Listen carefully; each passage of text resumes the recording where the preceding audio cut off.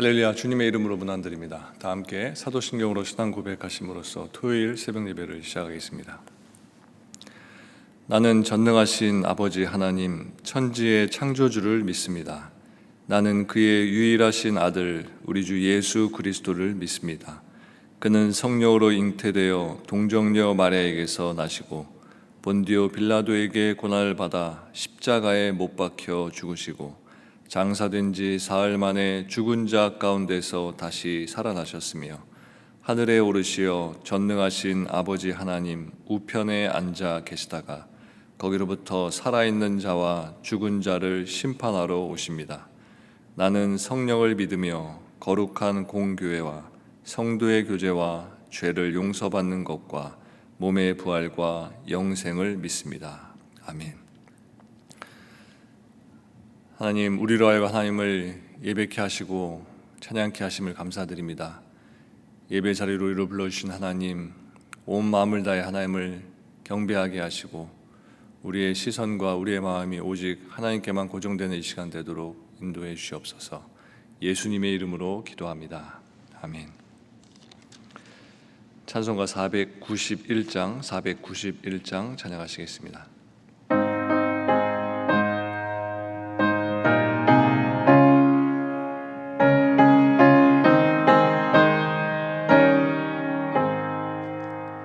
저 높은 곳을 향하여 날마다 나아갑니다. 내 뜻과 정성 모아서 날마다 기도합니다.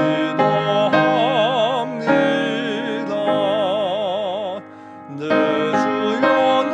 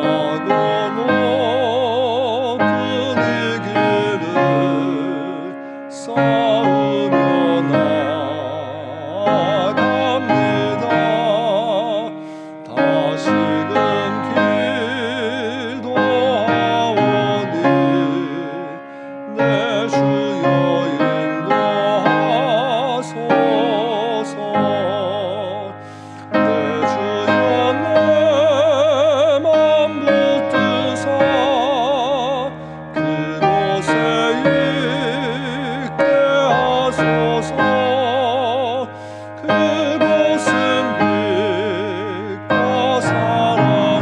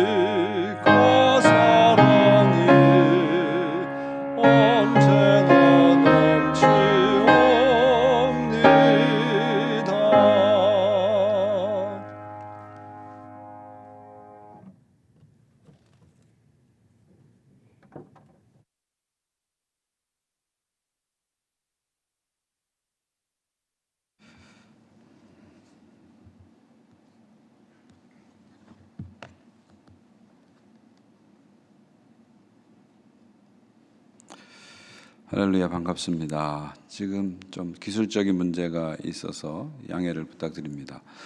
여러분 아시다시피 어제 새벽부터 오늘 거의 새벽까지 거의 24시간 동안 라저스 그 전화, 인터넷이 다 먹통이 돼서 좀 캐나다 전역에서 한 25%의 그런 그 단절이 왔다, 그런 뉴스를 봤습니다. 이제 오늘 새벽에 회복되긴 했는데도 여전히 속도가 느려가지고 지금 방송을 하지 못하고 있습니다. 지금 핸드폰으로 하고 있어서 제가 들어보니까 음질 상태가 그렇게 좋지가 않습니다. 그래서 지금 온라인에 들어오신 분들은 양해를 부탁드리고요.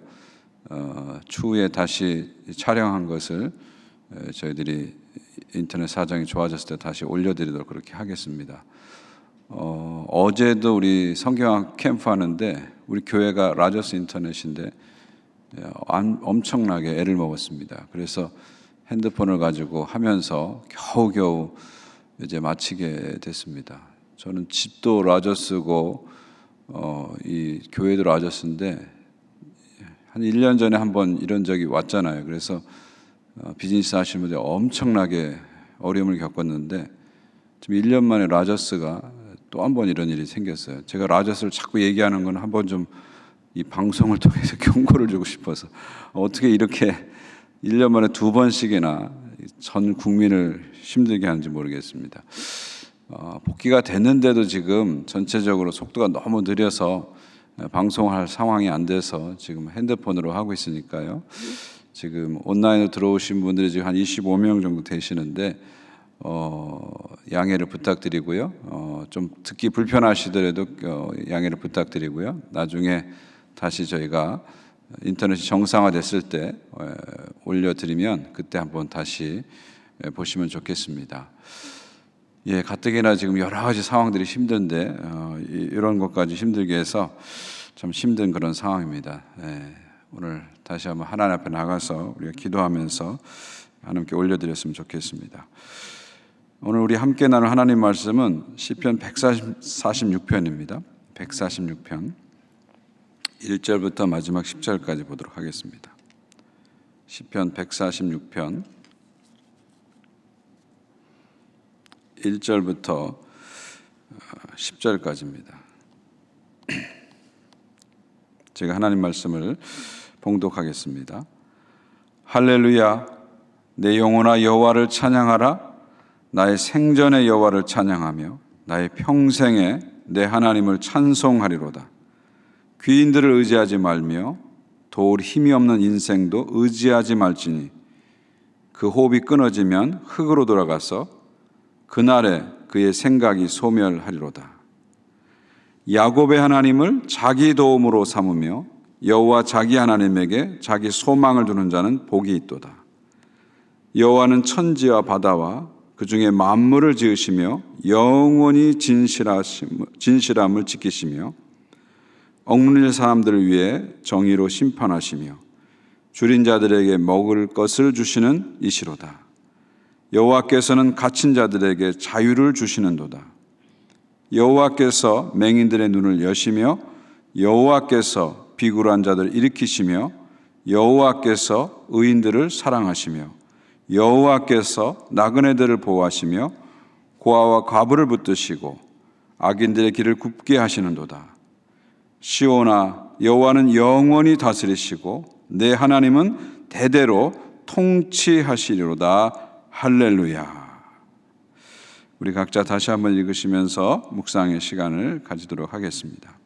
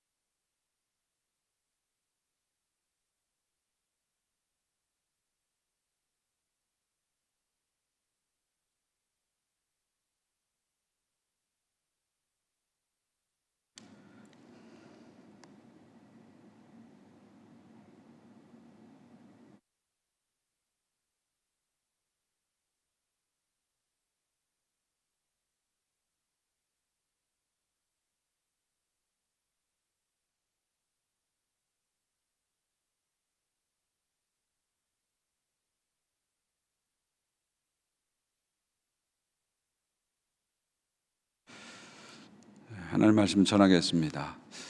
우리 현장에서는 예배가 아주 잘 진행되고 있습니다. 그래서 온라인 들으시는 분들도 이번 기회에 좀 현장으로 나오셔서 토요 새벽 기도 같이 하셨으면 좋겠습니다. 점점점 토요 새벽 기도가 늘어나고 있어서 너무 감사드리는데요. 일주일에 한번 이렇게 토요일 아침 시간에 조용히 나오셔서 하나님 바라보시면서 한 주간을 잘 이렇게 정리하고 또 주일을 이렇게 맞이하는 준비를 하고 이렇게 기도하는 시간이 참 좋은 것 같아요. 그래서 가능하시면 온라인에 계신 분들도 토요일 날은 우리가 여유 있게 공간도 여유 있게 좀 예배드리고 있으니까요. 토요일 날은 새벽 기도에 좀 나와주셨으면 현장에 나오시면 하는 부탁을 다시 한번 드립니다. 말씀 전하겠습니다. 오늘 시편 146편을 나누게 되는데요. 146편에서 150편까지 5개의 시편이 이제 마지막 이제 한 묶음의 시편입니다. 이 5개 시편을 최종 찬양시 파이널 할례 이렇게 합니다. 파이널 할례 이렇게 제목을 붙입니다. 이 5편의 공통점은 뭐죠? 할렐루야로 시작해서 할렐루야로 끝난다 이렇게 보시면 됩니다. 그리고 이 5개 시편이 150편 전체의 결론이다 이렇게 이해하시면 됩니다. 시편을 한마디로 요약하면 뭘까요? 할렐루야, 할렐루야. 하나님을 찬양하라, 여호와를 찬양하라. 이게 시편의 결론이죠. 역사 속에서 할렐루야 하나님을 찬양하라. 자연 속에서 할렐루야 하나님을 찬양하라. 예배 속에서 할렐루야 하나님을 찬양하라. 모든 상황 속에서 할렐루야 하나님을 찬양하라. 이것이 시편의 최종 결론이다 이렇게 이해하시면 됩니다. 그래서 시편 마지막 150편이 끝이 어떻게 끝나죠? 할렐루야 이렇게 시편이 끝나게 됩니다. 1절을 보십시오. 할렐루야 역시 할렐루야로 시작되죠. 내 영혼아 여호와를 찬양하라. 여기서 영혼이라는 것은 목숨을 말합니다. 내 목숨아 내 생명아 여호와를 찬양하라. 우리가 목숨을 다해서 할 일이 하나 있죠. 생명을 바쳐서 할 일이 있죠. 그게 뭐죠? 하나님을 찬양하는 것. 이것이 우리의 사명입니다.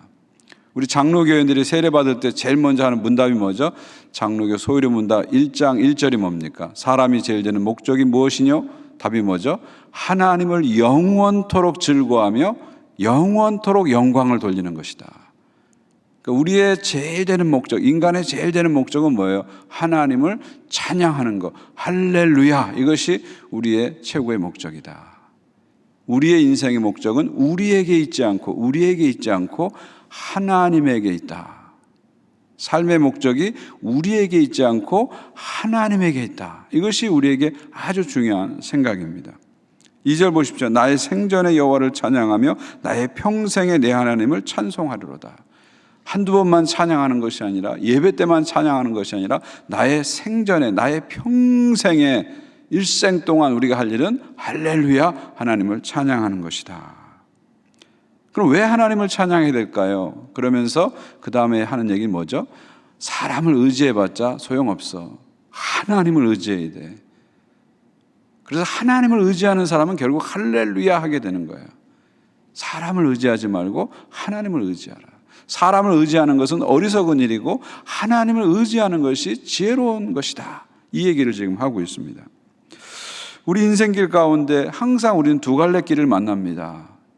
하나님을 의지할 것인가, 사람을 의지할 것인가. 이 두 갈래에 우리는 서게 됩니다. 여기서 우리는 어떤 선택을 하느냐가 우리 인생을 다르게 만드는 것이죠. 3절을 보시죠. 귀인들을 의지하지 말며 도울 힘이 없는 인생도 의지하지 말지라.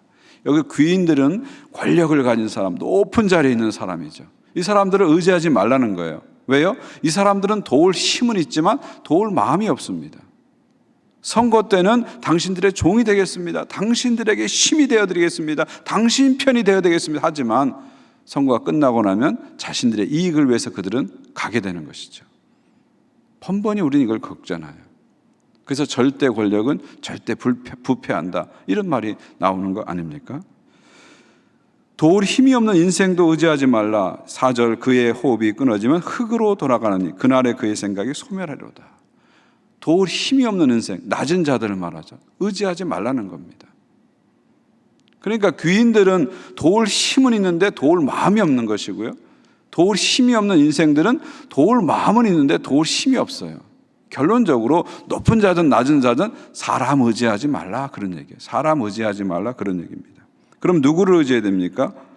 5절 보십시오. 야곱의 하나님을 자기 도움으로 삼으며 여호와 자기 하나님에게 자기 소망을 두는 자는 복이 있도다. 하나님을 도움 삼으라는 거죠. 하나님을 소망 삼으라는 거죠. 하나님만 의지하라 그런 얘기입니다. 하나님은 우리를 도울 힘도 있으시고 도울 마음도 있으시다. 그러므로 하나님만을 의지하라 그런 얘기죠. 여러분 주변의 사람들을 한번 생각해 보세요. 도울 힘이 있는 사람들이 얼마나 많아요. 여러분 문제 금방 해결해 줄 도울 힘 있는 사람이 얼마나 많아요. 근데 그들에게는 도울 마음이 없어요. 반대로 여러분 주변에 여러분을 도와주고 싶은 마음이 간절한 사람들이 얼마나 많아요. 근데 그들에게는 도울 힘이 없어요. 근데 우리 하나님은 우리를 도와줄 마음도 있으시고 도울 힘도 있으시기 때문에 진정한 도움은 누구한테 오느냐? 하나님에게 온다. 그러므로 하나님만 의지하라. 이것이 결론인 것이죠. 이것이 성경 전체에서 계속해서 지속적으로 일관되게 우리에게 권면해 주는 내용입니다. 예레미야 17장을 보십시오. 무릇 사람을 믿으며 육신으로 그 힘을 삼고 마음이 여호와께서 떠난 그 사람은 저주를 받을 것이다. 저주를 받을 것이다. 사람을 의지하면 오히려 저주를 받는다 그렇게 얘기했죠. 그는 사막의 떨기나무 같아서 좋은 것이 오는 것을 보지 못할 것이다. 반대로 그러나 무릇 여호와를 의지하며 여호와를 의뢰하는 그 사람은 복을 받을 것이다. 그는 물가에 심어진 나무같이 그 뿌리가 강변에 뻗치고 더위가 올지라도 두려워하지 않으며 그 입이 청청하며 가문회에도 걱정이 없고 결실이 그치지 아니할 것이다. 단기적으로 봤을 때는 사람을 의지하는 것이 해결책으로 보이지만 장기적으로 봤을 때는 절대 그렇지 않다는 거예요. 인생을 멀리 보고 큰 그림에서 보면 하나님 의지하는 것이 답이다. 하나님 의지하는 것이 지혜다. 성경은 일관되게 우리에게 이야기해 주고 있습니다. 그러므로 사람을 의지하지 말라는 겁니다.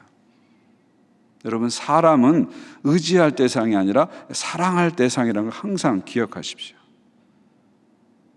우리가 왜 사람들에게 상처를 받습니까? 사랑할 대상이라고 생각하지 않고 의지할 대상이라고 생각하니까 자꾸 상처를 받는 거예요. 내가 어떤 기대를 가지고 의지할 대상으로 나갔는데 그 사람이 나한테 그렇게 해주지 못할 때 상처를 받고 실망을 받는 것이죠. 모든 관계 다 마찬가지 아닙니까? 부부관계도 내가 사랑할 대상이라고 생각하면 사실은 문제가 없어요. 근데 의지할 대상으로 생각하니까 자꾸 상처하고 실망을 받는 거예요. 내가 저 사람을 돕는 배필로 여기 있다 생각하면 문제가 없는데 저 사람이 나한테 뭘 해줄 것이다 하고 바라는 배필로 자꾸 쓰다 보니까 자꾸 상처가 부부간에도 생기는 거예요. 부모 자식 간에도 그렇지 않습니까? 자식을 그냥 사랑할 대상으로만 딱 정해버리면 문제가 없어요. 근데 의지할 대상이라고 생각하니까 자꾸 뭔가 이렇게 섭섭해지고 상처를 받고 아픔을 겪는 것입니다. 저도 목회를 하면서요. 저 사람은 좀 의지하고 싶다. 그런 분들이 있어요. 좀 의지하고 싶다. 근데 번번이 상처를 받아요. 번번이. 사람을 의지할 때마다 실망을 받고 상처를 받을 때가 얼마나 많은지 몰라요. 그래서 이런 시행착오를 여러 번 겪으면서 제 자신에게 늘 얘기해요. 사람은 의지할 대상이 아니라 사랑할 대상이야. 자꾸 저한테 자꾸 얘기해요. 근데 그걸 자꾸 까먹고 또 의지하려고 해요. 그것도 실망하고 상처받아요. 그래서 자꾸 저한테 얘기해요. 사람은 의지할 대상이 아니야. 사랑할 대상이야. 의지할 분은 오직 하나님 한 분이야. 오직 하나님 한 분이야. 자꾸 저에게 얘기해 줍니다. 여러분도 마찬가지입니다. 의지할 대상은 오직 하나님 한 분입니다. 사람은 사랑할 대상이다. 늘 자꾸 기억하십시오. 그러면 우리가 상처를 좀 덜 받아요. 자신을 좀 보호할 수 있습니다. 그럼 도대체 하나님이 어떤 분이시기 때문에 어떤 분이시기에 하나님만 의지하라고 자꾸 얘기할까요? 그 다음 6절부터 10절을 보시게 되면 하나님이 어떤 분이신지를 10가지로 설명하고 있습니다. 6절을 보십시오. 여호와는 천지와 바다와 그 중에 만물을 지으시며 영원히 진실함을 지키시며. 먼저 첫 번째, 하나님은 창조주시다. 모든 걸 다 만드셨다. 만드셨기 때문에 책임지신다 그런 말이에요. 하나님이 메이커시기 때문에 만드신 분이기 때문에 애프터 서비스 해주신다는 거예요. 책임 다 지신다는 거예요. 우리가 회사에서 어떤 제품을 만들면 워런티라는 걸 주잖아요. 10년간 워런티하면 10년간 책임지겠다는 거 아니에요? 만들었기 때문에 책임지겠다는 거 아닙니까? 똑같이 하나님도 우리를 만드셨기 때문에, 세상을 만드셨기 때문에 끝까지 포기하지 않고 역사를 책임지시고 우리를 책임지신다, 그런 말입니다. 그러므로 하나님만 의지하라는 거죠. 두 번째, 신실하시다. 여기 신실하다는 말은 히브리어로 에메트인데요, 이것은 계약에 충실하다, 이런 뜻입니다. 계약에 충실하다. 하나님은 우리와 언약을 맺으시고 그 언약에 끝까지 충실하시다. 절대 바뀌지 않는다. 우리가 변할지언정 하나님은 절대 변치 않으신다. 그러므로 하나님만을 의지하라, 그런 말이죠. 7절 보십시오. 억눌린 사람을 위해 정의를 심판하시며 줄인 자들에게 먹을 것을 주시는 이시로다. 여호와께서는 갇힌 자들에게 자유를 주시는도다. 세 번째, 정의로 심판하시죠. 그래서 억눌린 사람, 억압당하는 사람, 착취당하는 사람을 기억해 주신다는 거예요. 그러니까 억울한 사람을 하나님이 그냥 보지 않고 결국은 해결해 주시고 정의로 세워주신다, 그 말입니다. 네 번째로, 줄인 자에게 먹을 것을 주신다. 하나님은 사람뿐만 아니라 짐승에게도 줄인 자들에게 먹을 것을 주시는 분이시다. 그래서 예수님이 이렇게 말씀하잖아요. 들꽃도 입히시고 들꽃도 입히시고 공중 나는 새도 먹이시는 하나님께서 하물며 너희일까 보냐, 너희일까 보냐. 절대 하나님 우리 굶기지 않는다는 거죠. 들풀도 입히시고 공중의 새도 먹이시는데 너희일까 보냐. 절대로 너희들 책임진다는 거예요. 굶겨 죽이지 않는다는 거예요. 줄인 자를 먹여주신다는 겁니다. 그러므로 하나님을 끝까지 신뢰하라, 그런 말이죠. 다섯 번째, 갇힌 자를 자유케 하신다. 육체적으로 영적으로 얽매인 사람을 풀어주신다. 하나는 모든 인간이 자기답게 자유롭게 살아가길 원하셔요. 억압당하는 걸 기뻐하지 않으세요. 자유케 하시는 분이시다, 그런 말이죠. 8절 보십시오. 여호와께서 맹인의 눈을 여시며 여호와께서 비굴한 자를 일으키시며 여호와께서 의인을 사랑하시며 맹인들의 눈을 열어주신다. 영적으로 육적으로 보지 못하는 자에게 빛을 주시는 하나님이시다. 일곱 번째, 비굴한 자를 일으키신다. 세상에 짓밟혀 사는 사람, 권력에 짓눌려 사는 사람 결국 하나님이 일으켜 세우신다, 그런 말이죠. 8절, 여덟 번째는 의인들을 사랑하신다. 의인들을 사랑하신다. 여러분, 시편에서 의인이라는 것은 뭡니까?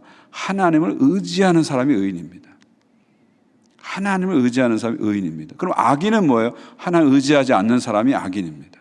하나님을 의지하지 않고 자기를 의지하고 사람을 의지하는 사람을 악인이라고 얘기해요. 그런데 하나님께서 의인을 사랑하신다는 거죠. 세상 속에서는 의인들이 핍박을 받아요. 아, 쟤는 좀 이상해. 왕따를 시킵니다. 쟤는 좀 이상하게 살아가. 왕따를 당해요. 그런데 하나님은 의인을 사랑하신다는 거죠. 끝까지 의인을 사랑하시고 의인을 지켜주신다. 그러므로 하나님을 계속해서 의지하라, 그런 말입니다. 마지막 9절을 보십시오. 여호와께서 나그네를 보호하시고 고아와 과부를 붙드시고 악인들의 길은 굽게 하시는도다. 아홉 번째, 나그네를 보호하시고 고아와 과부를 붙드신다 그랬어요. 무슨 말입니까? 사회적 약자를 보호해 주신다는 거죠. 여기서 나그네라는 것은 누굴 말합니까? 임시 체류자들을 말합니다. 이런 사람들을 나그네라고 얘기하는 거예요. 요즘 말로 하면 외국인 노동자들, 불법 체류자들, 이렇게 말합니다. 특별히 하나님은 나그네를 보호하십니다. 이게 성경에 계속해서 일관되게 신구약 성경에 나오는 아주 중요한 메시지 중에 하나입니다. 그리고 하나님께서는 하나님 백성들에게 신약에서도 그렇고 구약에서도 그렇고 나그네를 대접하라, 이걸 계속 얘기합니다. 나그네를 대접하라, 그걸 계속 얘기합니다. 왜 이런 명령을 주실까요? 너희도 한때 이집트에서 나그네처럼 살지 않았느냐? 외국인 노동자로 불법 체류자로 이집트에서 살지 않았느냐? 네가 다 겪고 어려운 거 알지 않았느냐? 그러니까 너희들은 너희 주변에 나그네들, 외국인들을 항상 국민이 여기고 보호하라 말씀하시죠. 지금은 많이 좋아졌지만 한국에 외국인 노동자가 많이 늘어나고 있잖아요. 동남아에서 많은 분들이 오잖아요. 다 그런 건 아니지만 어떤 사람들은 정말 잔인하게, 정말 폭력적으로 그 사람들을 착취하고 억압하는 사람들이 얼마나 많은지 몰라요. 우리가 이민 와서 살다 보니까 외국인이 산다는 게 얼마나 어려운지, 캐나다같이 이렇게 인권이 보장되고 자유가 보장된 나라에서도 외국인으로 살아간다는 게 쉽지 않은데 동남아 사람들이, 가나안 나라 사람들이 한국에 와서 얼마나 힘들까? 역지사지를 우리가 생각해 보잖아요. 그들을 잘 대해주고 보호해 주는 것이 정말 하나님의 선한 뜻이라는 것을 우리는 여기서 절실히 느낍니다. 우리 영어권에서 시리아 난민 한 가정을 열심히 섬기고 보호하고 있는데요, 얼마나 귀한 일입니까? 정말 이것은 성경적으로 하나님이 정말 기뻐하는 그런 일입니다. 또 고아와 과부를 붙드신다 그랬어요. 이 고아와 과부는 고대 가부장 사회 속에서 사회적으로 가장 약자입니다. 가장 약자죠. 그 약자들을 하나님께서 붙들어 주신다, 그렇게 이야기를 하고 있습니다. 그들이 억울한 일을 당하지 않도록 지켜주신다, 그렇게 얘기하고 있습니다. 우리 하나님은 그런 하나님이십니다. 저는 캐나다에서 그렇고 한국에서 그렇고 투표할 때마다 제 나름의 기준이 있어요. 그 기준은 뭐냐면 사회적 약자를 보호하는 정책을 가진 정당에 투표하자. 그게 저의 아주 오랜 기준입니다. 사회적 약자를 보호하는 정책을 가진 정당에 투표하자. 왜 그런 기준을 가졌냐면요, 힘 있는 사람은 힘이 있기 때문에 스스로를 보호할 수 있어요. 근데 힘이 없는 사람은 힘이 없기 때문에 스스로를 보호할 수 없어요. 그럼 누가 보호해줘야 돼요? 권력이 보호해줘야 돼요. 정치가 보호해줘야 돼요. 정치의 역할이 뭡니까? 권력의 역할이 뭡니까? 힘 없는 사람을 보호해주는 거. 이게 정치의 역할이고 권력의 역할이에요. 이게 성경적인 사상입니다. 이게 성경적인 사상입니다. 성경적인 사상이에요. 여러분, 토라, 율법의 핵심이 뭐예요? 약자보호법입니다. 우리가 토라를 쫙 읽어보면, 모세오경을 쭉 읽어보면 결국 핵심은 약자보호법이에요. 사회적으로 형태로 나타나는 것은 결국 약자보호법입니다. 근데 왜 하나님은 이 율법의 중요한 핵심을 약자보호법으로 설정했을까요? 힘 있는 사람들은 법의 보호를 받고 있어요. 힘 있는 사람은 스스로의 법을 만들어서 자기를 보호해요. 그러나 힘이 없는 사람은 법의 보호를 받지 못해요. 스스로를 지킬 수 없어요. 그래서 하나님이 지켜주시는 거예요. 그래서 법을 그렇게 만드신 겁니다. 약자를 보호하는 것이 토라의 핵심이다, 율법의 핵심이다. 자꾸 이렇게 기억하면서 이 신앙인의 핵심 가치로 우리는 늘 생각해야 됩니다. 마지막 10번째는 악인들에게를 굽게 하신다. 무슨 말입니까? 악인들의 계획대로 되지 않게 만드신다는 거예요. 세상이 잠시 악인들이 다 판을 치고 자신들의 마음대로 다 세상을 끌어가는 것처럼 보이지만 결국 하나님은 악인들의 길을 굽게 하신다. 악인들의 계획을 무산시킨다는 거예요. 왜요? 악인들의 계획을 무산시켜야 하나님의 계획이 쓰고 하나님의 통치가 쓰고 하나님 나라가 서기 때문이죠. 이렇게 10가지 하나님에 대한 쭉 설명을 하면서 결국 하나님이 온 세상을 다스리고 있기 때문에 현상적으로 봤을 때는 악인들이 다스리고 권력자들이 다스린 것 같지만 실질적으로는 하나님이 다스리고 있기 때문에 누구를 의지하라고요? 하나님을 의지하라, 우리를 설득하고 있는 것이죠. 그래서 마지막 10절 결론입니다. 시온아, 여호와는 영원히 다스리시고 내 하나님은 대대로 통치하시로다. 할렐루야. 이게 마지막 결론이죠.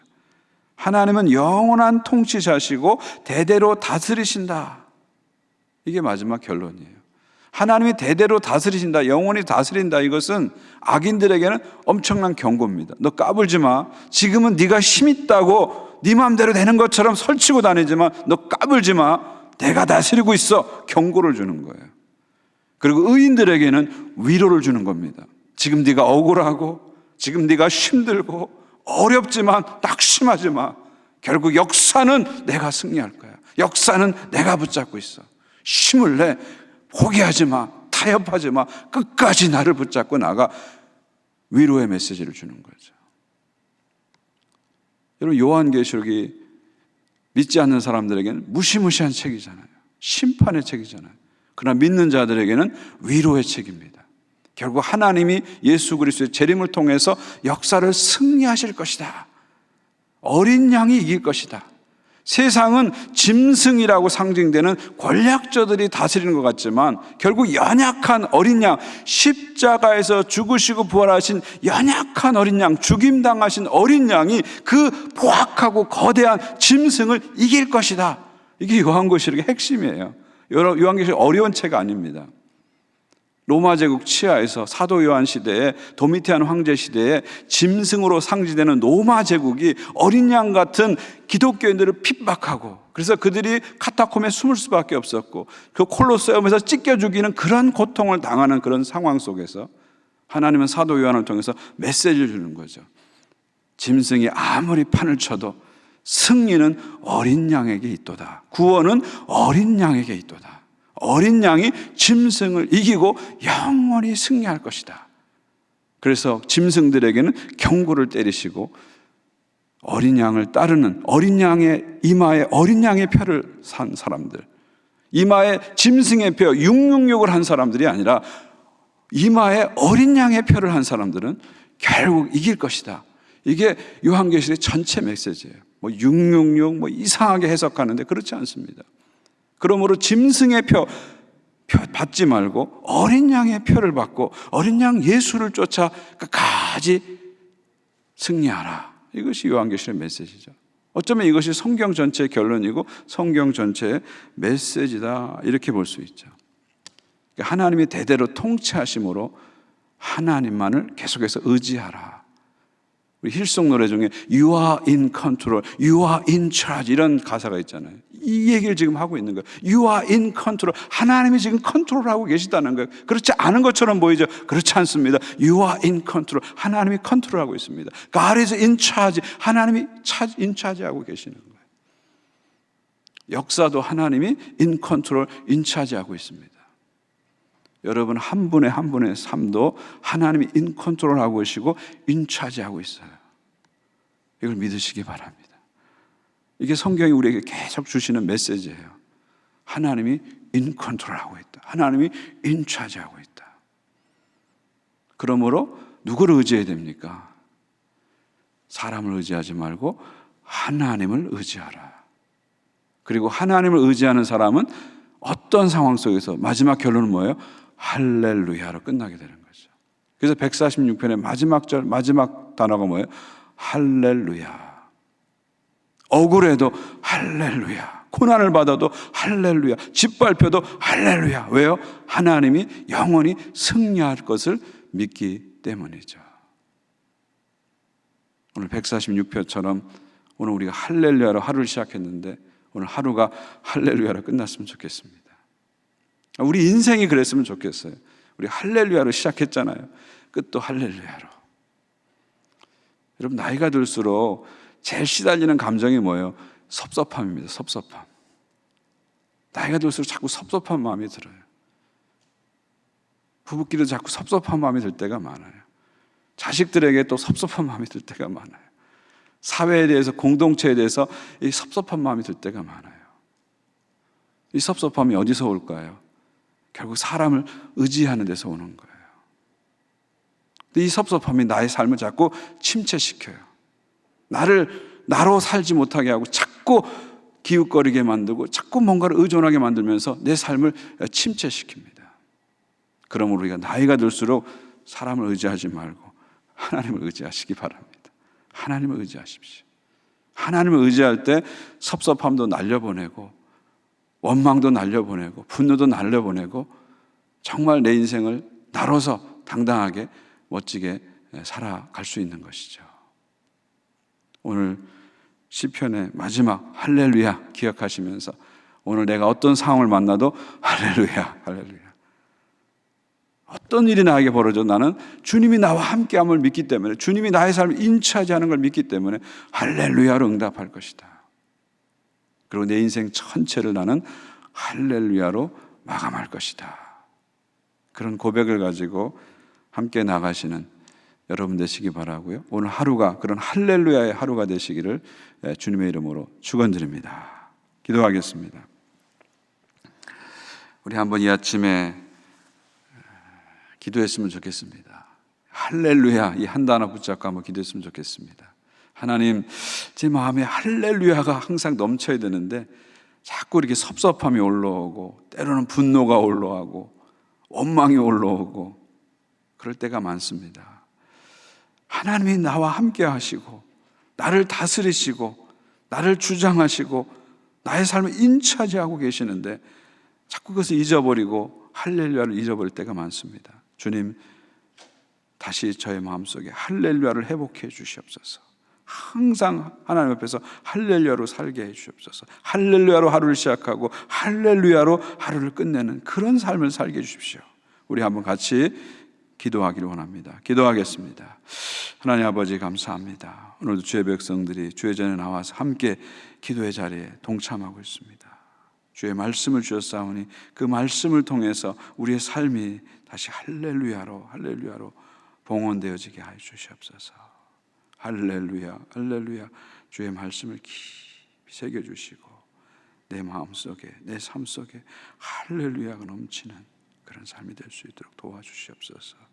우리 마음속에 사람을 의지하며 생기는 상처와 원망과 불만을 자꾸 녹여주시고 오직 하나님 한 분만을 온전히 의지하면서 할렐루야, 주님 찬양합니다. 할렐루야, 주님 경배합니다. 감사와 감격 있는 그런 삶을 살 수 있도록 도와주시옵소서. 역사해 주시옵소서.